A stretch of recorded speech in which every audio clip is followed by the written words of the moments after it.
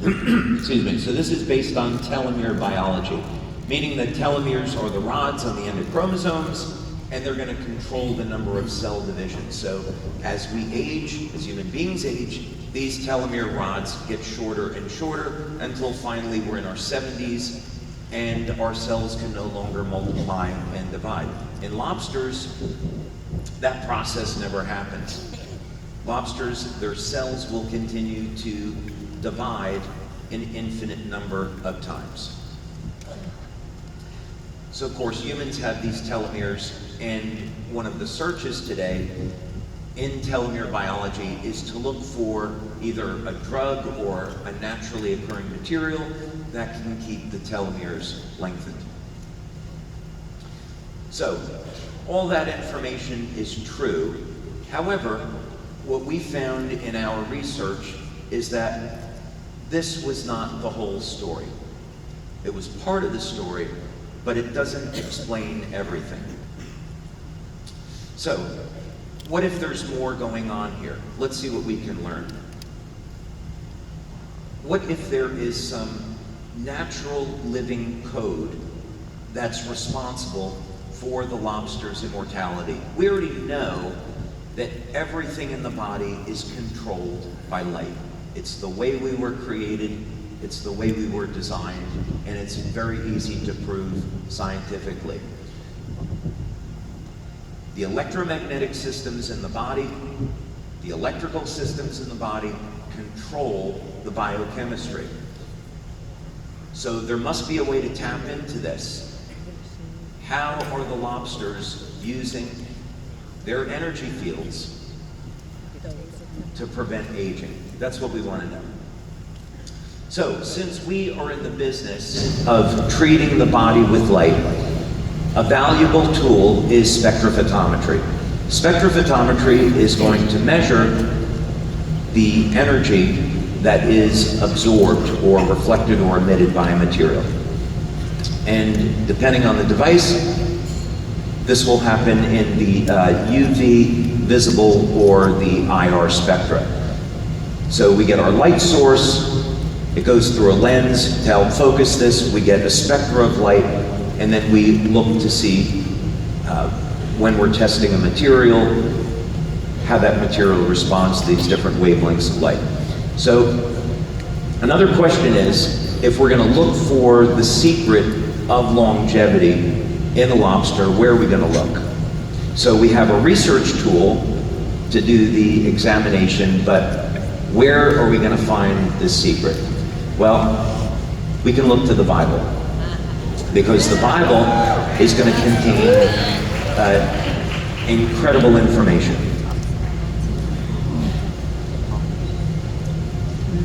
We go to the book of Genesis, and we go to the story of Noah. So there's evil upon the earth.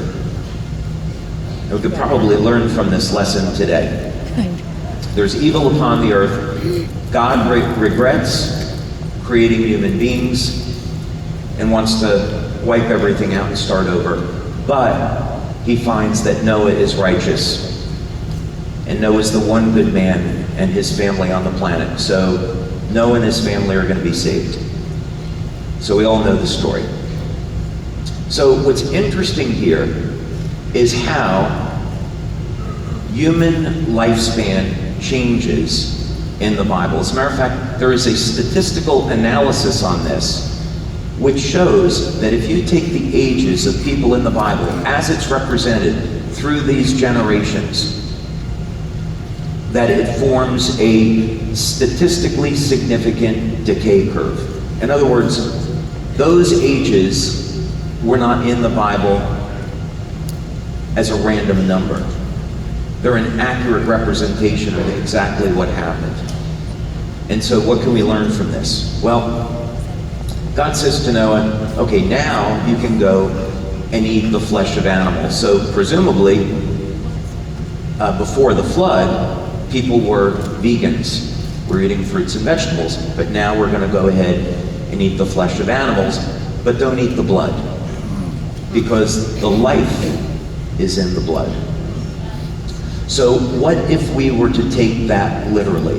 What if there was something in blood that hadn't been discovered? We all know what blood is meant to do, but maybe there's something else there that's been overlooked. So let's take a look. For lobster blood, there's a number of different varieties. And we turn to this scientist that's an expert, Robert Baer. And he's been studying lobsters his entire life. And we had a very interesting conversation with him. And one of the things that came out of this was that lobster hemolymph was being used as a treatment for COVID-19. And lobster blood is based on copper, of course. So what's hemocyanin? Hemocyanin is a copper-containing protein.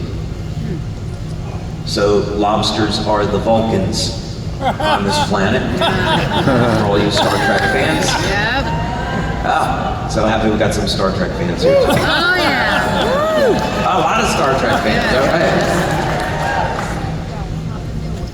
So of course we can't help but notice that in human beings, GHK is bound to copper, and that will reset about 1/3 of the human genome to a younger state. So I think it's fair to say, would a similar mechanism be going on in lobsters?